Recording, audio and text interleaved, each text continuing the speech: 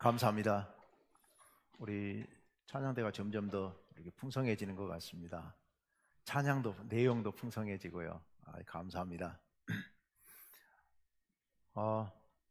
제가 딸이 셋이 있잖아요. 셋 다 지금 20대인데 만약에 제가 사윗감을 이제 이렇게 봤다면 세상 사람들이 뭘 먼저 궁금해할 것 같아요? 뭘 궁금해할까요? 세상 사람들은 뭘 물어볼까요? 아마도 옛날 수렵 생활을 할 때 같았으면 그 사윗감 사냥 잘하냐고 아마 물어봤을 거예요. 그죠? 농촌 사회, 그러니까 농업 사회였다면, 농경 사회였다면 사람들은 그렇게 물어봤겠죠. 그 사윗감 튼튼하냐고, 일 잘하게 생겼냐고 아마 그렇게 물었겠죠. 조선시대 같은 신분사회였다면 뭐라고 물어봤을까요? 그 어느 집안 자제냐고 아마 그렇게 물어봤겠죠. 그 집안이 양반 가문이냐고. 3, 40년 전 우리나라 사회였다면 뭐라고 물어봤을까요? 대학 어디 나왔냐고. 요즘이라면 뭐라고 물어볼 것 같아요? 직장이 뭐냐고, 직장이 있냐고 아마 그렇게 물어보겠죠.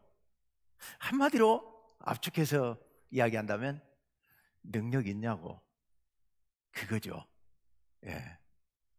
세상 사람들은 사람을 볼 때, 평가할 때 능력을 굉장히 중요하게 여기지 않습니까? 그 사람이 능력 있는 사람인지, 특히 이제 남자들은 능력을 굉장히, 지금이야 뭐 남녀 구별이 의미가 없지만 능력을 굉장히 중요하게 여깁니다. 지금도 그렇고 앞으로도 아마 그러지 않을까 싶습니다. 그런데 죄송합니다. 저 문간 쪽 거 한번 좀 꺼버리실래요? 예. 죄송합니다. 제가 여기 뜨거운 바람이 들어와서 숨을 쉬기가 어려워서요. 아니요. 난방을 좀 꺼주십시오. 문간 쪽에. 첫 번째 거. 하나만요. 감사합니다. 그런데 이렇게 능력을 중요하게 여기는 그런 것들이 교회 안에도, 신앙생활 안에도 영향이 있는 것 같습니다. 여러분, 사람들이 이 충무교회 담임 목사로서 저를 볼 때 뭘 묻겠습니까? 바깥 사람들이 설교 잘하냐고, 기도의 능력이 있냐고, 교회를 부흥시키는 능력이 있냐고 아마 이런 거 물어볼 거예요. 그렇죠?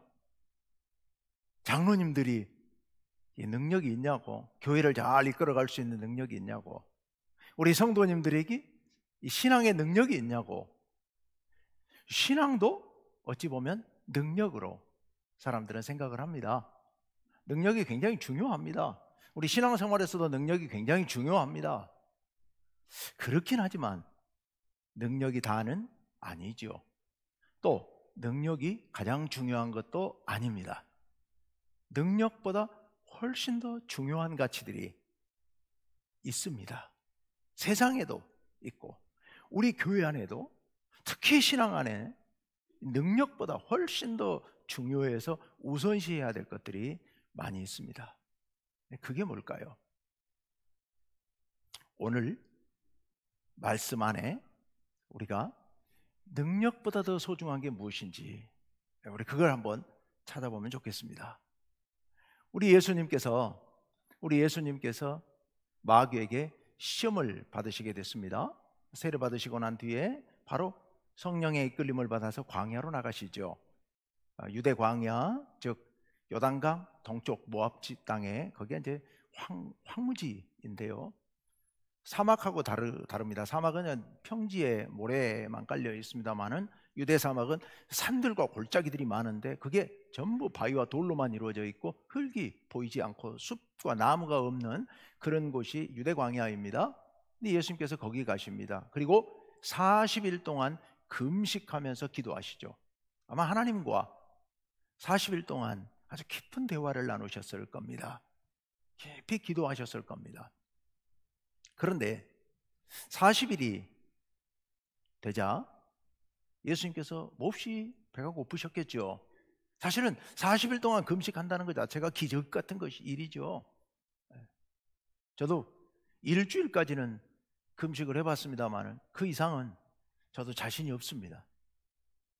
그런데 40일을 금식을 하셨으니 정말 힘드셨을 거예요. 그런데 그때 마귀가 예수님을 찾아와서 시험을 하게 되지요. 그 시험, 세 가지 시험을 하게 되는데, 그런데 오늘은 첫 번째 시험에 대한 말씀만 드리려고 합니다.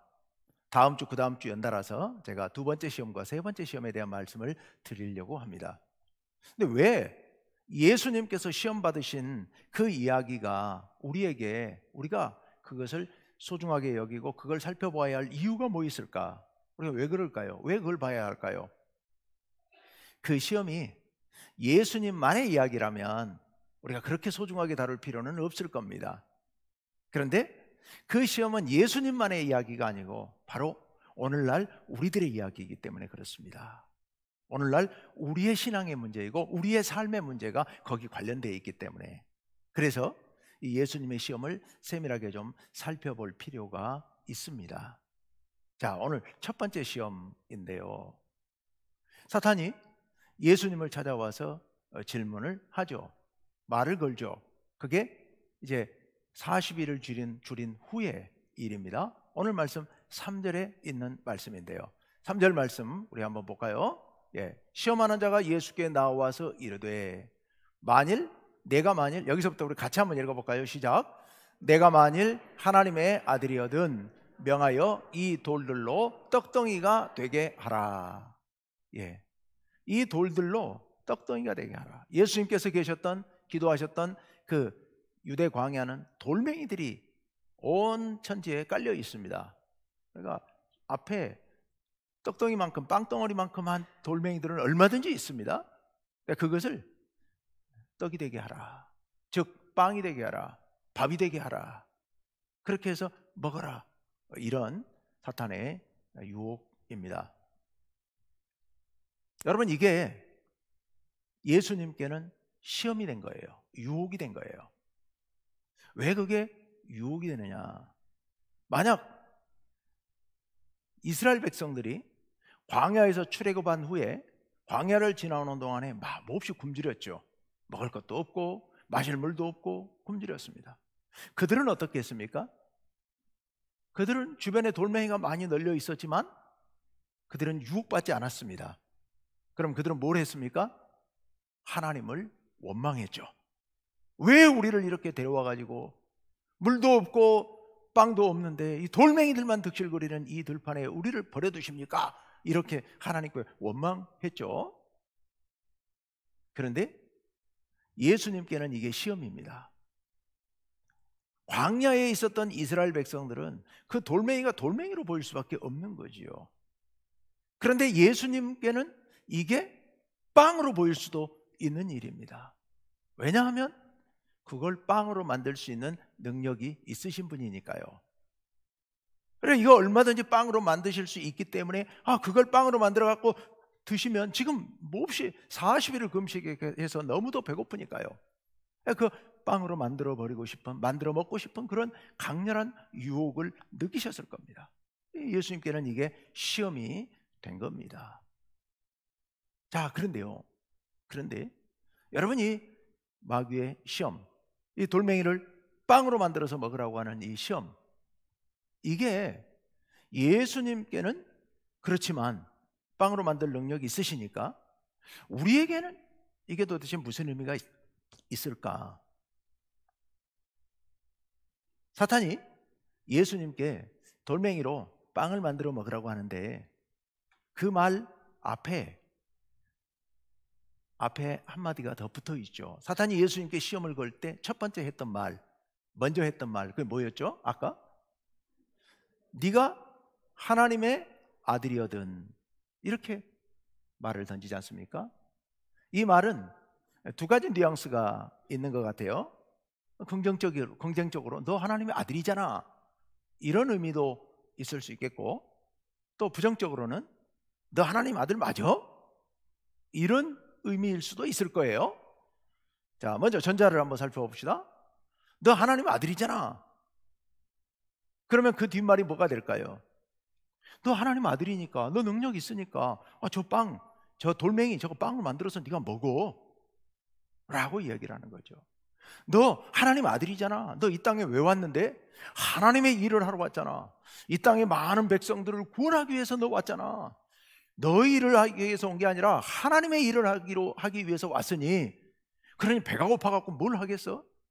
저 돌멩이로 빵 만들어가지고 먹고 힘을 차려서 가서 열심히 복음을 전하고 하나님의 일을 하고 이 백성을 구원해야 되지 않겠어? 하나님의 일을 하려면 힘이 있어야 되니까 저 돌멩이로 어서 빵 만들어 먹고 힘내서 일해. 그건 당연히 해야 되는 일인 거야 라고 유혹했을 겁니다. 그런 의미일 거예요. 네, 여러분, 이것은 하나님의 아들 예수님께는 엄청난 시험인 겁니다. 왜 이게 시험이 될까요? 예수님께서 이 땅에 오셔가지고 지금 막 공생의 사역을 시작하려는 시점입니다.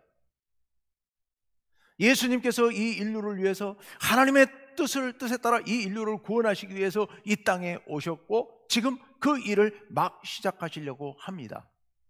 근데 첫 번째, 야 이렇게 해 라고 사탄이 부추기는 얘기가 뭐냐 하면, 너를 위해서 저 돌멩이를 빵으로 만들어 먹어, 이거거든요. 너를 위해 일을 해. 너를 위해. 네가 먼저 잘 돼야 하나님의 일을 할 수 있고 이 인류를 구원할 수 있잖아. 먼저 너부터, 네 배부터 먼저 채워봐. 하나님이 주신 능력으로 제일 먼저 너 배부터 채워, 이런 얘기거든요. 여러분, 신앙은 제가 늘 이야기합니다만, 신앙은 안으로 향하던 마음, 나만을 쳐다보던 눈을 들어서 밖으로 향하고 하나님을 바라보고 이웃을 바라보게 하는 것, 이거 신앙입니다.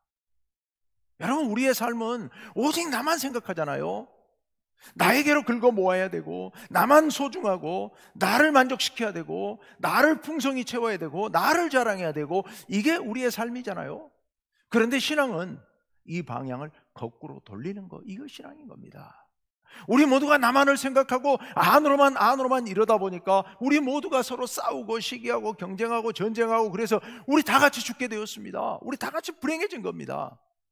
하나님께서 이게 안타까우셔서 이렇게 되면 안 되니까 하나님께서 예수님을 통해서 우리를 깨우쳐 주시려고 하는 일이 뭐냐 하면은, 내가 아니라 하나님을 보라는 거예요.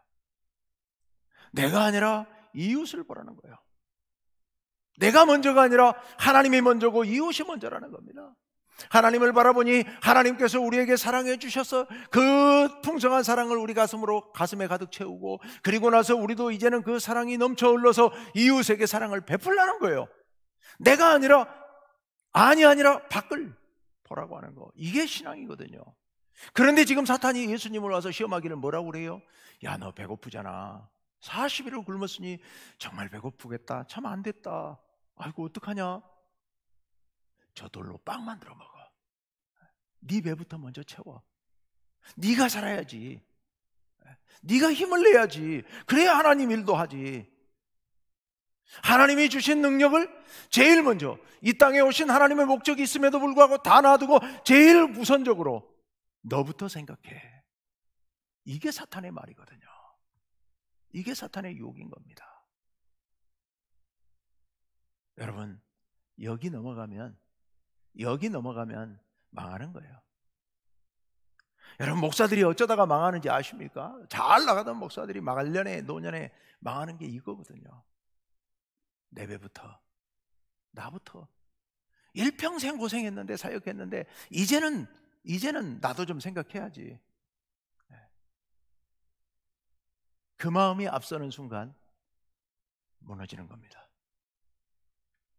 신앙은 하나님을, 이웃을 먼저 생각하는 거예요. 사탄은 끊임없이 우리에게 속삭입니다. 너부터, 네 배부터, 세상이 그러다가 이 모양이 됐는데 우리 신앙인들도 그렇게 하라고, 심지어 하나님의 능력을 이용해서 돌멩이로 떡을 만들어서 네 배부터 채우라고. 이게 사탄의 유혹이라는 겁니다. 그런데요, 이 말씀은 제가 몇 년 전에 한 번 말씀을 드렸었습니다. 오늘은 제가 이 말씀에 중점을 두려고 하는 건 아닙니다. 이 사탄의 시험 안에는 더 근본적인, 더 본질적인 문제가 하나 숨어 있습니다. 그 말씀을 좀 집중해서 보려고 합니다.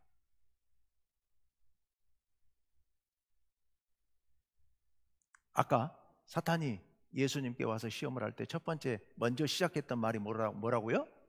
네가 하나님의 아들이거든. 예. 그 말을 아까 긍정적으로 해석을 했습니다. 좋다, 네가 하나님의 아들이야. 이제 이번에는 부정적으로, 네까짓게 하나님의 아들이야? 네가 하나님의 아들이야? 자, 이렇게 만약 해석을 한다면, 그러면 이게 무슨 뜻이 될까요? 돌로 빵을 만들어라고요. 이게 무슨 뜻이라고요? 무슨 뜻이에요? 너의 능력을 보여줘 봐. 너의 능력을 보여줘 봐. 네가 하나님의 아들이야? 그러면 저 돌멩이로 빵을 만들어서 네가 하나님의 아들이라는 것을 입증해 봐. 예. 너의 능력을 보여줘. 이게 사탄의 유혹인 겁니다. 너의 능력을 보여줘. 여러분, 서두에서 말씀드렸습니다마는 세상은 끊임없이 사람들을 능력으로 평가하려 합니다. 근데 이게 교회 안에, 우리의 신앙 영역 안에까지 들어왔습니다. 그래서 우리에게 능력을 보여달라고 얘기를 합니다. 저에게 설교의 능력을 보여줘. 사람들의 마음을 감동시킬 수 있는 능력을 보여줘. 네가 기도해서 병자들을 고쳐봐. 그런 능력을 보여줘. 네가 교회를 부흥시키는 그런 능력을 보여줘. 저에게 그런 능력을 요구할 겁니다. 여러분들에게 그런 능력을 요구할 겁니다. 예수 믿는다며. 수십 년 예수 믿었는데 예수 믿는 하나님이 살아계시다는 걸 네가 좀 보여줘봐. 부자로 살아야 되지 않겠어? 건강해야 되지 않겠어? 네가 기도해서 뭐 좀 해봐. 세상은 우리들에게 끊임없이 능력을 요구합니다. 어쩌면 우리도 그 능력을 귀중하게 생각하고 있는지도 모르겠습니다. 맞습니다. 하나님 안에서 신앙은 능력입니다. 능력, 세상을 변화시키는 능력입니다. 그래서 하나님께서 우리에게 주시는 능력, 소중한 것이고 그 능력을 잘 간수하고 사용하는 것도 대단히 중요합니다. 그런데요, 그 능력이 다는 아니라는 겁니다. 그 능력이 가장 소중한 것도 아니라는 겁니다. 그 능력보다 더 중요한 게 있다는 겁니다. 능력보다 더 우선시해야 될 게 있다는 겁니다. 그게 뭘까요? 오늘 말씀을 우리가 좀 더 주의 깊게 살펴볼 필요가 있습니다. 오늘 말씀, 예수님께서 그런 사탄의 시험에 대해서, 돌로 떡을 만들어 먹으라고 하는 그 시험에 대해서 예수님 뭐라고 답변하셨는지를 우리 한번 읽어봅시다. 4절 말씀입니다.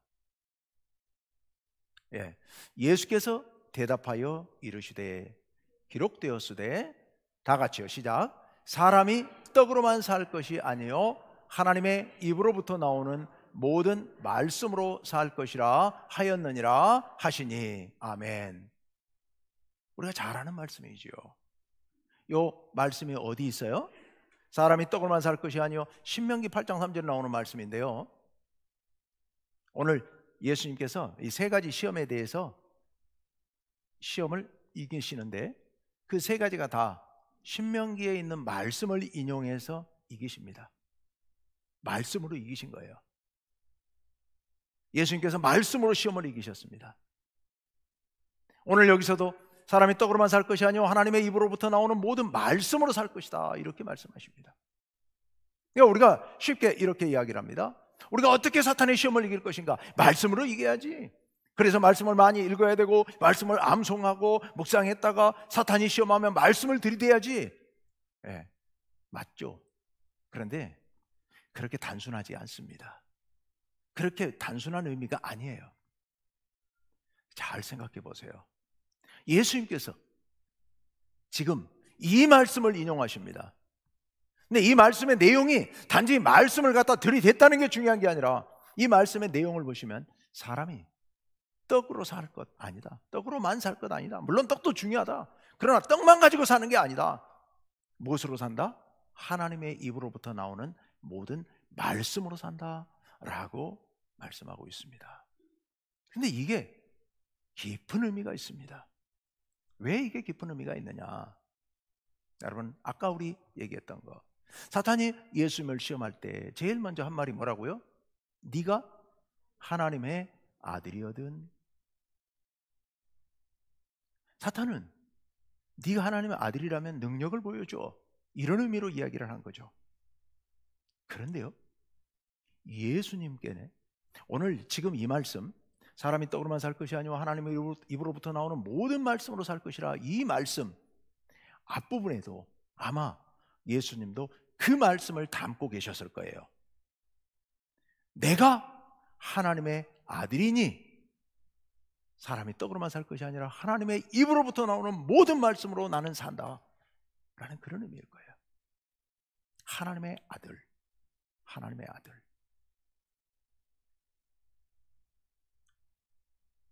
여러분, 사람들은, 사탄은, 마귀는 우리의 능력을 보려 합니다. 그런데 예수님께서는 당신이 하나님의 아들이시라고 하는 이 사실을 아마도 깊이 인식하고 계셨을 겁니다. 예수님이 하나님의 아들이시잖아요. 하나님의 아들이신 것은 예수님께는 너무도 분명한 일이잖아요. 아무도 의심할 수 없는 일이잖아요. 이것은 예수님의 마음 가운데 엄청난 기둥으로, 큰 기둥으로, 밑바탕으로 자리 잡고 있는 내용입니다. 그러니 예수님께서 굳이 돌멩이로 떡을 만들어서 당신이 하나님의 아들이신 것을 입증하실 필요도 없으신 거예요. 예수님께는 그게 중요한 게 아니에요. 예수님은 하나님의 아들이시니까요. 그거는 일말에 털끝만큼도 의심의 여지가 없는 일이니까요. 당신은 하나님의 아들이시니까요. 여러분, 예수님께서 진정 하나님의 아들이시라면 그러면 예수님과 하나님의 관계는 어떤 관계란 얘기입니까? 서로 깊이 신뢰하는 관계입니다. 깊이 사랑하는 관계입니다. 하나님께서 예수님을 이 땅에 보내실 때 내 마음이 이 백성들의 범죄로 인해 죽어가는 이 백성들이 너무도 안타까우니 네가 내 대신 가서 저들을 좀 구원해다오. 하나님께서 예수님을 그런 마음으로 보내셨을 겁니다. 예수님께서 그 마음을 공감하시고 하나님의 마음과 하나 되어서 알겠습니다. 제가 갈게요. 제가 가야죠. 제가 가서 저들을 구원해야죠. 이런 마음으로 예수님께서 이 땅 가운데 오셨을 겁니다. 하나님과 예수님의 관계는 어떤 관계요? 너무도 깊이 신뢰하는, 깊이 사랑하는, 완전히 한마음 한뜻이 된 그런 관계였을 겁니다. 그런 관계였기 때문에 예수님에게 있어서 돌멩이로 떡을 만들어서 당신의 능력을 보여주는 것은 아무 의미 없는 일이에요. 의미 없는 일이에요. 대신 예수님께는 뭐가 중요했을까요? 바로 이 말씀, 하나님의 말씀.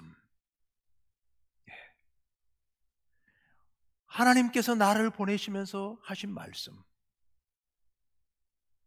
하나님의 뜻, 하나님께서 나를 이 땅에 보내시면서 이 백성을 구원하시고자 하는 그 간절한 마음, 나를 너무 사랑하시지만 그러나 이 백성을 구원할 길은 이 방법밖에 없기 때문에 눈물을 흘리시면서 나를 보내신 그 하나님의 마음, 이 마음이, 이 하나님의 말씀이 예수님께는 너무너무 소중하신 겁니다. 이 말씀이 너무도 고귀하신 거예요.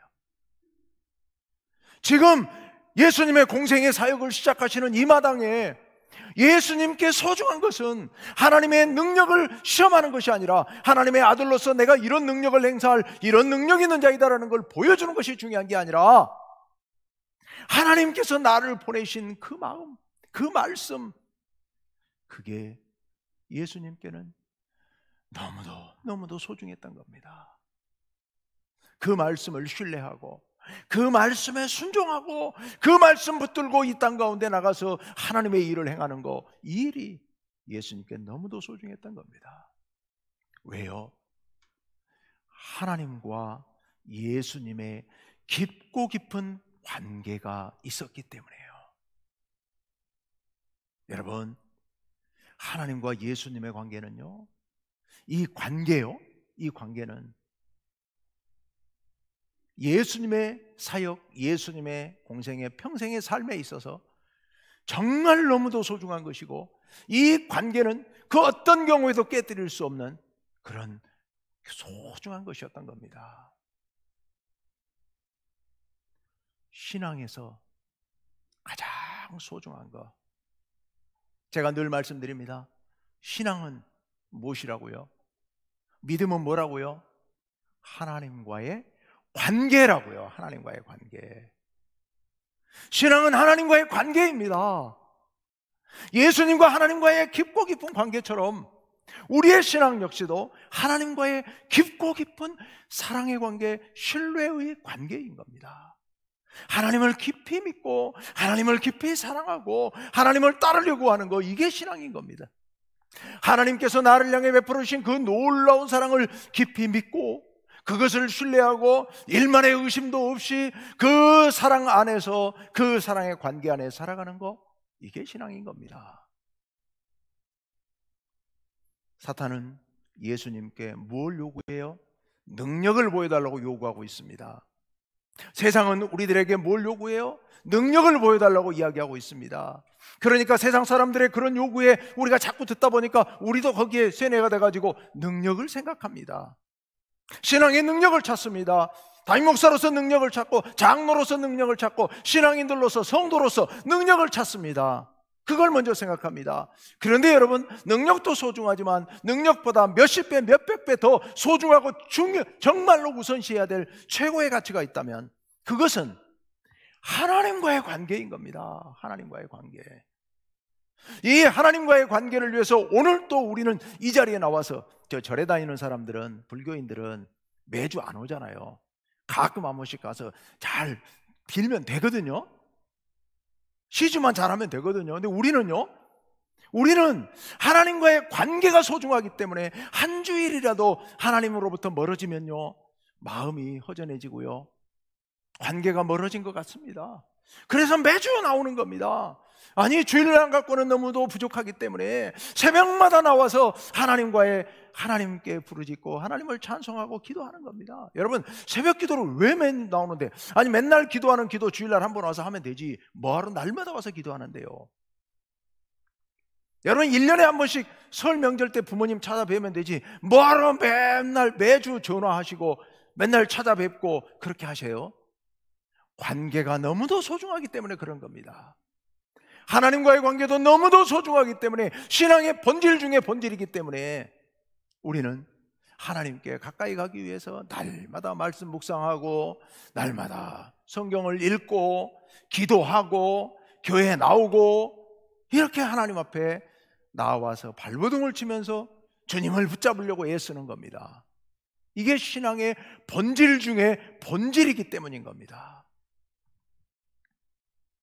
여러분, 사탄은 끊임없이 우리의 마음을 흔듭니다. 우리에게 능력을 보여달라고요. 그런데요, 우리에게 필요한 것은 능력이 아니고 하나님과의 관계라는 사실요. 예수님께서 나에게 소중한 것은 무엇이라고요? 하나님의 말씀이라고요. 왜냐하면 하나님과 나는 깊이 사랑하는 사랑의 관계이기 때문에, 예수님께서 그런 의미에서 그토록 말씀을 소중하게 여겼던 겁니다. 우리 역시도 우리의 신앙에 있어서 이 하나님과의 관계, 이 관계를 돈독하게 하는데, 이 관계를 더 깊게 만드는데, 더 좋은 관계로 만드는데 온 힘을 기울여야 될 줄로 믿습니다. 능력에 집착하지 마시고, 어떤 일을 이루는 일에 너무 생각 많이 두지 마시고, 오직 어떻게 하면 하나님께 더 가까이 나아갈까? 어떻게 하면 더 하나님과 친밀하게 지낼 수 있을까? 어떻게 하면 하나님과 더 사랑하는 관계를 이룰 수 있을까? 성도와의 관계를 어떻게 하면 좋을까? 그것을 늘 생각하시길 바랍니다. 여러분, 결혼 생활 오래 하시는 분들 아시잖아요. 남편이 능력이 있고 없고 그건 별로 중요한 거 아니죠. 정말 중요한 건 뭐예요? 남편과 나의 관계인 거죠. 이 관계 무너지면 백날 능력 있어 봐야 그게 오히려 독이 될 수 있습니다. 딴짓 할 수도 있는 거예요. 국가 지도자가 아니면 국회의원이, 시장이 능력 있으나 없으나 그거 물론 능력 필요하죠. 그 사람들은 능력 보고 그렇죠 한 거니까. 그렇긴 하지만 관계가 잘못되면 우리 민주주의 사회에서는 다 무너지는 겁니다. 관계가 무너지면요. 여러분, 사람과의 관계, 우리 성도와의 관계, 여러분 가족 구성원들 간의 관계, 그 관계 역시도 대단히 소중합니다. 대개 부모 자식 간의 문제에서 사춘기 때, 학생 때 부모와 자식 간에 문제가 되는 게 무엇 때문에 문제가 될까요? 그 자녀가 공부 잘하기를 바라고 좋은 직장 찾아 나가기를 바라고 좋은 배우자와 결혼하기를 바라고 하는 마음이 너무 앞서기 때문에 그런 거죠. 그런데요, 여러분, 그거 너무 그거 중요하지만 그거에 너무 집착하다가 뭐가 깨지면 다 무너지는 거예요? 관계가 무너지면요, 부모 자식 간의 관계가 무너지면요, 다 소용없습니다. 다 무너져 버리고 마는 거예요. 하나님과 우리의 관계도 그렇지만 우리와 이웃과의 관계도, 우리와 가족 간의 관계도, 우리와 성도와의 관계도 관계가 무너지면 다 무너지는 겁니다. 다 무너지는 거예요. 여러분, 긴 말씀 드리지 않겠습니다. 신앙은 관계다. 이 관계에 집중해야 된다. 사탄은 뭘 뒤흔들고 있다? 관계를 자꾸 무너뜨리려고 우리에게 뭘 요구합니까? 능력을 보여달라고 요구합니다. 능력을 보여달라고요. 예수님께서 돌멩이로 떡을 만들려고 했다면, 그래서 내가 정말로 하나님의 아들인지 아닌지를 시험해 보시려고 했다면 하나님과의 관계가 무너지기 시작하는 겁니다. 거기서부터 하나님을 시험하는 거니까요. 아담과 하와가 하나님과 선악과를 앞에 놓고서 뱀의 유혹에 넘어감으로써 하나님과의 관계가 무너져 버린 게, 이게 치명적인 것이었죠. 치명적인 것이었습니다. 성도인 여러분, 우리가 하나님 앞에서 나를 먼저 내세우는 거, 아까 시험의 두 가지 의미 중에 첫 번째 의미가 뭐였습니까? 하나님께서 주신 능력을 먼저 나를 위해 사용하는 거, 나부터 앞세우는 거, 이거 하지 마시길 바랍니다. 하나님을 먼저 생각하고 이웃을 먼저 생각하는 거, 그렇게 되면 모두가 행복해질 수가 있습니다. 그게 하나님 나라의 모습이거든요. 두 번째, 이 시험에서 핵심은요, 능력을 보여달라고 하는 사탄의 요구에 대해서 능력이 아니라 하나님과의 관계, 이웃과의 관계. 하나님 나라는 하나님과 이웃과의 관계가 완전해지는 것, 그게 바로 하나님 나라입니다. 그런 하나님 나라를 바라보면서 나아가시기를 간절히 바랍니다. 우리 함께 기도합시다.